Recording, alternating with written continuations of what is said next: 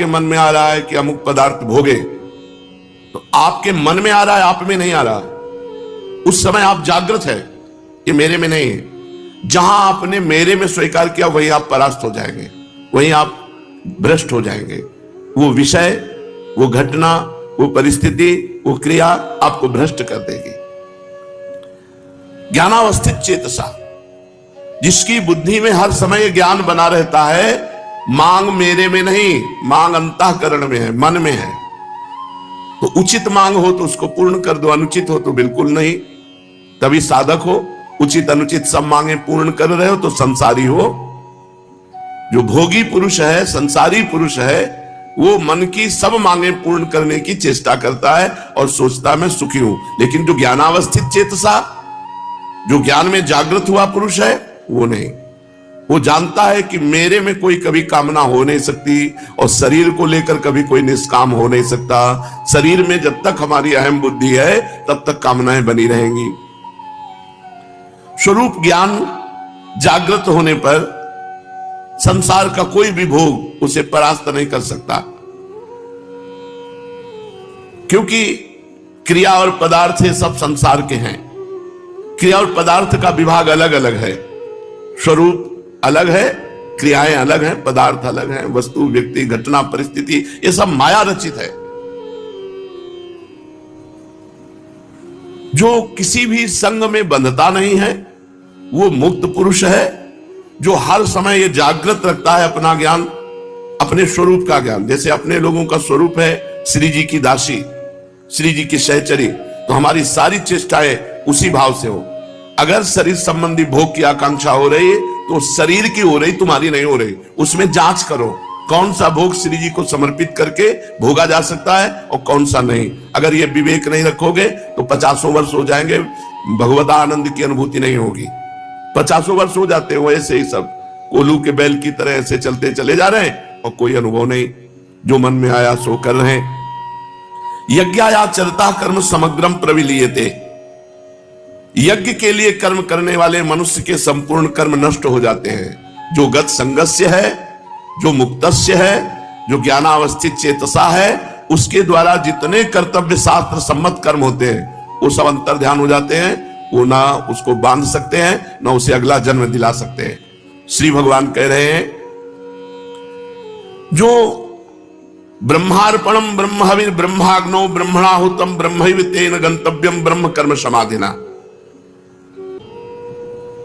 हर चेष्टा ब्रह्मार्पणम मस्तु। जहां ब्रह्म लिखा है वहां भगवद अर्पणम मस्तु। कोई भी तुम्हारी, कोई भी पदार्थ, कोई भी बिना भगवद अर्पण किए हुए प्रयोग नहीं करना चाहिए। चाहे वस्त्र हो, अमनिया, कुछ भी नहीं। ब्रह्मार्पणम अपने हमें से भक्ति भाव के अंतर्गत लाके कहते हैं, जो अर्पण किया हुआ पदार्थ पाता है उसकी बुद्धि पवित्र रहती है। और जो अनर्पित पदार्थ पाता है, मिला बस खा लिया, आया बस पहन लिया, नहीं। पहले प्रभु को अर्पित करो। पहले प्रभु को अर्पित करके जब आप उसका प्रयोग करेंगे तो ब्रह्मार्पणम है, वो तुम्हारी बुद्धि को परम पवित्र रखेगा। जितने भी तिल, जौ, घी आदि जो भी पदार्थ हैं वो सब ब्रह्म स्वरूप है। जब प्रसाद पाओ तो भगवत स्वरूप मान करके, जो भी है सब भगवत स्वरूप, तो आपकी बुद्धि पवित्र रहेगी।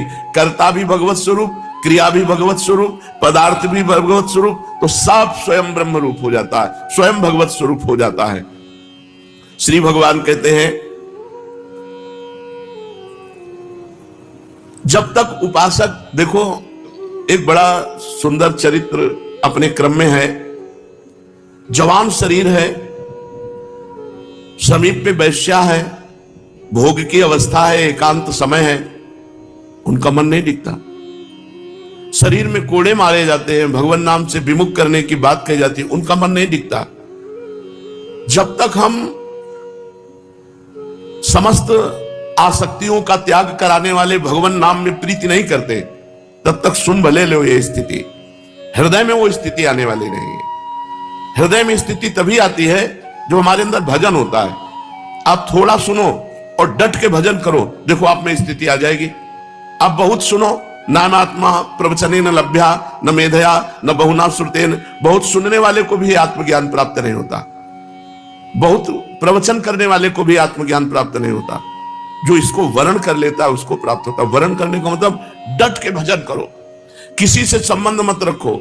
जो पदार्थ मिले शरीर उपयोगी वो भगवान को अर्पित करके बस चुपचाप ले लो, और इंद्रियों के भोग विलास से बचो। ये बहुत प्रपंच है, पूरे जीवन को नष्ट कर देता, पूरे जीवन को नष्ट कर। ये 6 विकार काम क्रोध लोभ मोह मद मत्सर, ये क्रम बाई क्रम आते रहते हैं। कभी नाराजगी आ गई तो क्रोध अपहरण कर ले गया, भजन का फल। कभी काम आ गया तो भजन का फल। कभी परिवार से मोह हो गया, कभी अहंकार हो गया, कभी लोभ हो गया, कभी ईर्ष्या। यही सब हमारे भजन को ढके रहते हैं।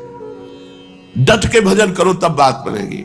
परम पावन चरित्र श्री ठाकुर हरिदास जी महाराज का, वो यद्यपि यवन कुल में प्रकट हुए हैं, पर श्रीमद् भागवत में कहा गया, अहोवत सुपचतो गरीयान यद्विभाग्ये वर्तते नाम तुभ्यम ते पुस्तपस्ते जुहुः सस्नुरार्या ब्रह्मानुचुर नाम गृणन्ति एते।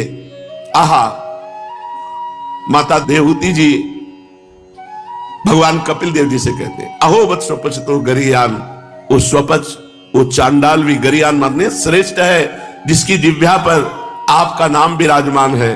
तेपुस तपस्ते, उसने सारी तपस्या कर ली, शास्त्र स्वाध्याय कर लिया, सब तीर्थ यातन कर लिया, सब कुछ कर लिया, विधिवत हवन पूजन साधन सब हो गया। जिसकी जिह्वा के अग्रभाग पर आपका नाम विराजमान है, वो चांडाल भी सर्वश्रेष्ठ परम पूजनीय वंदनीय है। जिनकी तनिक सी कृपा की कोर के ही कारण ये नाम रूपात्मक संपूर्ण संसार स्थित है, जिनके भ्रूभंग मात्र से त्रिगुणात्मिका प्रकृति अपना सभी कार्य करती है और बंद कर देती है। भ्रकुटि विलास सृष्टि लय हुई। उन अखिल कोटि ब्रह्मांड नायक भगवान के नाम का महात्म का वर्णन बेचारी अपूर्ण भाषा कर ही क्या सकती है। हरिनाम स्मरण से क्या नहीं हो सकता। देखो, भगवान का भजन करना है, पर गत संगस्य, किसी का संग मत करो। मुक्तस्य, हर व्यक्ति वस्तु पदार्थ घटना परिस्थिति से बिल्कुल अलग रहो। ज्ञानावस्थित चेतसा, हर समय चेतना जागृत करते रहो। मैं भगवत स्वरूप हूं, मैं श्री जी की सहचरी हूं, मैं दास हूं, मैं सखा हूं। जो भगवान ने आपको गुरुदेव के द्वारा भाव दिलाया है, उसी भाव से जागृत रहो। हर समय जो भी आप प्रयोग करो, ब्रह्मार्पणम भगवद अर्पण करके, तब नाम का रंग। नाम भी जप रहे हो, मनमानी आचरण भी कर रहे हो, इसीलिए उसका रंग नहीं चढ़ रहा। भगवान नाम जप से कौन सा कार्य सिद्ध नहीं हो सकता। जिसकी जिह्वा को सुमधुर श्री हरि के नाम रूपी रस का चस्का लग गया है, उसके लिए फिर संसार में कोई प्राप्य वस्तु ही क्या है। यज्ञ, योग, जप, तप, ध्यान, पूजा, निष्ठा, समाधि, सभी का फल भगवान नाम में प्रीति होना है। भगवान नाम में प्रीति हो गई तो आपने यज्ञ कर लिया, जप कर लिया, तप कर लिया, ध्यान कर लिया, पूजा, निष्ठा, योग, समाधि, सबका फल मिल गया आपको। और भगवान नाम जप में प्रीति नहीं हुई तो सब आपका निरर्थक गया। यदि इन कर्मों के करने से भगवान नाम में प्रीति नहीं हुई तो इन कर्मों को व्यर्थ ही समझना चाहिए। इन सभी क्रियाओं का अंतिम और सर्वश्रेष्ठ फल यही है कि भगवान के नाम जप करने में निष्ठा हो जाए। हर समय जिह्वा रसमयी होती हुई बस नाम चल रहा है। जब नाम की ध्वनि चलती है ना तो कुछ सुहाई नहीं देता। जब नाम का नशा चढ़ता है तो बहुत बड़ी सामर्थ्य आ जाती है। बस नाम कैसे बन करके जपना, यह बात ध्यान रखना है। हर परिस्थिति में राजी रहना है, कोई आसक्ति नहीं, कोई चाह नहीं। जो चाहो भगवान के चरणों में अर्पित कर दो। असंग रहो, किसी का संग मत करो, तभी नाम का रंग आएगा। किसी का संग करोगे तो उसका प्रभाव आपके नाम जपने की रुचि पर पड़ जाएगा और नाम छूटने लगेगा, नाम में आपका भाव नहीं बनेगा।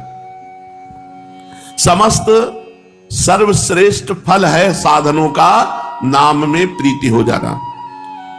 भगवान नाम ही साध्य है और सभी कर्म साधन मात्र हैं।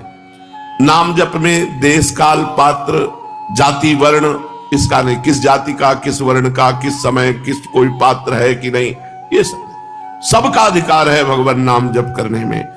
पवित्र अपवित्र इनका भी व्यवहार नहीं। अपवित्र पवित्रो वा सर्वावस्थांगतोपि वा, या स्मृत पुंडरीकाक्षम सवायाभ्यांतरा शुचि, वो भीतर और बाहर से पवित्र है। जो भगवान नाम जप कर रहा है उसमें पवित्रता का भी विधान नहीं। तुम जैसी हालत में हो, जहां हो, जैसे हो, जिस किसी भी वर्ण के हो, जैसी भी स्थिति में हो, हर समय हर काल में श्री हरि के सुमधुर नामों का संकीर्तन नाम जप कर सकते हो। तुम चाहे जितने बड़े पापी हो, कितना भी बड़ा अपराध बन गया हो, नाम जप से पापी मनुष्य भी परम पावन बन जाता है। अत्यंत नीच से नीच भी सर्व पूज्य बन जाता है। सर्व पूज्य हो बत्सो गरियान, गरियान माने सर्वश्रेष्ठ, स्वपच माने चांडाल, नीच चांडाल भी जिसकी जिह्वा के अग्रभाग पे भगवान का नाम है वो सर्व पूज्य हो जाता है। छोटे से छोटा जगत पूज्य बन जाता है, छोटे से छोटा जगत पूज्य बन जाता है, बुरे से बुरा महान महात्मा बन जाता है। कबीरदास जी कहते नाम जपत कुष्ठी भलो, चुई चुई गिरे जो चाम, कंचन देह किस काम की, जिह मुख नाहि राम। भले रोगी शरीर है, भले निकृष्ट है, कोई छू नहीं रहा, बड़ा गंदा शरीर है, पर मुख में भगवान का नाम है तो जगत पावन करने वाला है। और कंचन के समान देह है और भजन नहीं हो रहा है, वो किस काम का शरीर, नष्ट हो जाएगा, किसी काम का नहीं। वास्तव में मनुष्य अगर स्वरूप की तरफ देखे तो हर समय असंग ही रहता है। असंगोहम पुरुषा, मैं असंग हूं। जो मैं तत्व है वो असंग है। इसके अलावा जो हमारा बंधन हुआ वो यही मैं का आरोप कर लेने से हुआ। ये बात जब तक शुद्ध अंतःकरण नहीं तब तक हमारी ये बात समझ में नहीं आएगी जो श्री भगवान गीता जी में कह रहे। 2-4 माला जप लेना और भी भगवत कार्य कर लेना, लेकिन साथ में परिस्थिति का भोग करना, व्यक्ति से लगाव रखना, क्रियाओं में कर्तापन होना, घटना में विक्षिप्त हो जाना, ये सब हो रहा है। वास्तव में मनुष्य स्वरूप से असंगो अहम पुरुषः, जो ये पुरुष है, आत्म तत्व है, ये कभी किसी का संग नहीं करता। संग करने से ही बंध गया। स्वयं में असंग है, अगर थोड़ा सा ज्ञान हो जाए तो ये असंगता को प्राप्त हो जाए।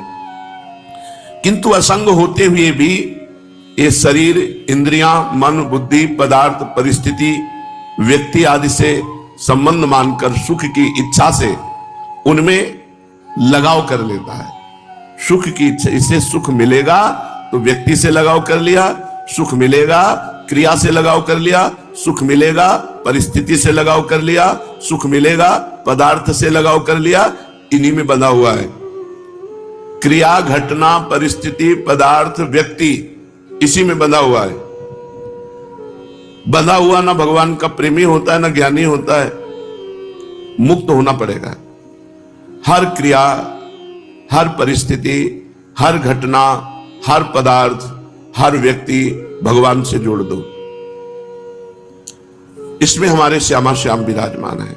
ये श्यामा श्याम के लिए क्रिया है, ये श्यामा श्याम के लिए पदार्थ है, ये श्यामा श्याम की वस्तु है, श्यामा श्याम की दी हुई परिस्थिति है, श्री श्यामा श्याम के द्वारा विधान की हुई घटना है। हमको विक्षिप्त नहीं होना, हमें उससे नहीं जुड़ना, हमें श्यामा श्याम से जुड़ना है। असंग स्वरूप है, पर शरीर, इंद्रियां, मन, बुद्धि, पदार्थ, परिस्थिति से व्यक्ति सुख लेने की इच्छा से लगाव कर बैठता है। बिल्कुल सत्य, सुख की इच्छा से ही बंधता है। मेरी मनचाही हो जाए, जो मैं चाहता हूं वही हो, और जो मैं नहीं चाहता वो नहीं हो, ऐसा भाव जब तक रहेगा तब तक संग करते रहोगे। वस्तु, व्यक्ति, स्थान, परिस्थिति, घटना, शरीर, इनका संग हो, और जब तक संग होता रहेगा तब तक न भक्त हो, न ज्ञानी हो, न योगी हो। तीनों को असंग होना पड़ेगा। वास्तव में होता वही है जो होने वाला है। हम क्यों चाह करें? हम चाह करके फंसे क्यों किसी वस्तु, व्यक्ति, स्थान, घटना में? जो होना वही होगा। लाई घटे न तिल बढ़े, रहुरे जीव निशंक। जो विधना ने लिख दिया छठी राव के अंक, राई घटे न तिल बढ़े, रहुरे जीव निशंक। हम क्यों चाह करें? न वस्तु की, न व्यक्ति की, न परिस्थिति की। जिस समय जो वस्तु, व्यक्ति, परिस्थिति, घटना जैसी होगी हो जाएगी। हमको तो हर समय भगवत स्मरण परायण रहना है। जो होने वाला है उसे चाहे या ना चाहे वो होके रहेगा, और जो नहीं होने वाला है उसे चाहे या ना चाहे वो नहीं होगा। जो नहीं होने वाला आप चाह करो या ना करो नहीं होगा, जो होने वाला है आप चाह करो या ना करो होके रहेगा। अतः अपनी मनचाही करके साधक फंसता है, बिना कारण फंसता है और फंस करके दुख भोगता है। इसलिए उपासक को चाहिए गत संघर्ष, क्रियाओं से, पदार्थों से, व्यक्ति से, वस्तु से, घटना से अपना कोई संबंध नहीं है। ये हर समय ज्ञान जागृत रखे, लेकिन बहुत कठिन है। मुक्तस्य, जो अपने स्वरूप से सर्वथा अलग है, उससे जो संग रहित है उसी को मुक्त पुरुष कहते हैं। स्वरूप से सब कुछ अलग है, अपने स्वरूप के सिवा, अपने परमात्मा स्वरूप के सिवा ये सब मायामय है, ये सब मिथ्या है, सब मिटेगा, सब नष्ट होगा। जो अपने स्वरूप से सर्वथा अलग है, उन क्रियाओं और शरीर आदि पदार्थों से अपना संबंध जो नहीं मानता है, कामना, ममता, आसक्ति पूर्वक उनसे अपना संबंध मान लेने से ही बंध जाता है, पराधीन हो जाता है। जो योगी, जो साधक अपने इन माने हुए शरीर, पदार्थ, क्रिया, इनसे संबंध नहीं रखता, वो मुक्तस्य, वो माया मुक्त हो जाता है, वो दुखों से मुक्त हो जाता है। ज्ञानावस्थित चेतसः, जिसकी बुद्धि स्वरूप ज्ञान में स्थित है, जिसकी बुद्धि स्वरूप ज्ञान में नित्य निरंतर जागृत है। भगवान जिस पर कृपा करते हैं उसको केवल अपना रास्ता देते हैं, और जो कृपा का पात्र नहीं बनता उसे संसार दे देते हैं। हरिदास जी के पास अपना कहने वाला कोई था ही नहीं, क्योंकि माता पिता पधार ही गए, वैष्णव के संग से ही जीवन कट रहा था। एक कमंडल भी नहीं था इनके पास, बस ये गांव में भिक्षा मांग लेते, भिक्षा में जो कुछ मिल जाता 24 घंटे में एक बार उसे पा लेते, और हर समय नाम जप करते थे। काफी समय अद्वैताचार्य जी के पास रहे। घर छोड़कर ये वन ग्राम के समीप बेनापोल नाम के घोर निर्जन वन में एक फूस की कुटी बनाई, और वहां अकेले नौ किशोर अवस्था से बेनापोल में एक फूस की झोपड़ी में वह नाम जप कर रहे। अब नाम जप से चेहरे में तेज आता है। अगर शरीर स्वस्थ हो और ब्रह्मचर्य हो और नाम जप करे तो उसके चेहरे पे एक लावण्य होता है, एक आकर्षण होता है, एक खिंचाव होता है। इनके तेज से, प्रभाव से वहां के सभी प्राणी एक प्रकार अलौकिकता का अनुभव करते, शांति का अनुभव करते। जो भी जीव इनके सन्मुख आता वह इनके प्रभाव से प्रभावान्वित हो जाता। ये कितना नाम जप करते थे? 3 लाख। हरे राम राम राम हरे हरे, हरे कृष्ण कृष्ण कृष्ण हरे हरे। 3 लाख नाम जप करते थे, उच्च स्वर से करते थे। भगवान नाम का उच्च स्वर से 3 लाख नाम जाप करते, बेनापोल में फूस की झोपड़ी बनाकर जंगल में। वहां का वातावरण ही बदल गया था। जो जाता उसे शांति का अनुभव होता। प्राणी मात्र की निष्कृति का ये भगवान नाम को ही एकमात्र साधन समझते थे। इससे थोड़े ही दिनों में इनका यश फैल गया। दूर दूर से लोग दर्शन करने आने लगे, बड़ी भीड़ लगने लगी। तो भीड़ लगने में कुछ श्रद्धालु होते हैं तो कुछ अश्रद्धालु भी होते हैं।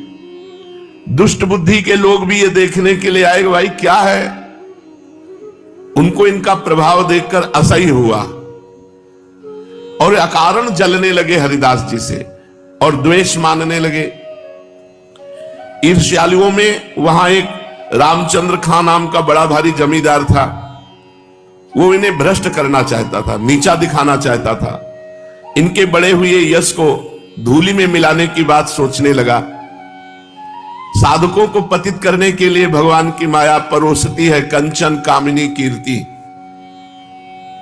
ये लो भोगो इनको, भगवान का भजन छोड़ो और इनको भोगो। कीर्ति से भी भारी है कामिनी। कामिनी का प्रलोभन सर्वश्रेष्ठ 3 में समझा जाता है। कंचन, कामिनी, कीर्ति में कामिनी का सबसे ज्यादा समझा जाता है। रामचंद्र खां ने सोचा इसी प्रलोभन के द्वारा हरिदास जी को भ्रष्ट कर दिया जाए। किंतु उनको क्या पता, सीम की चाप सके को तासु, बड़ रखवार रमापति जासु।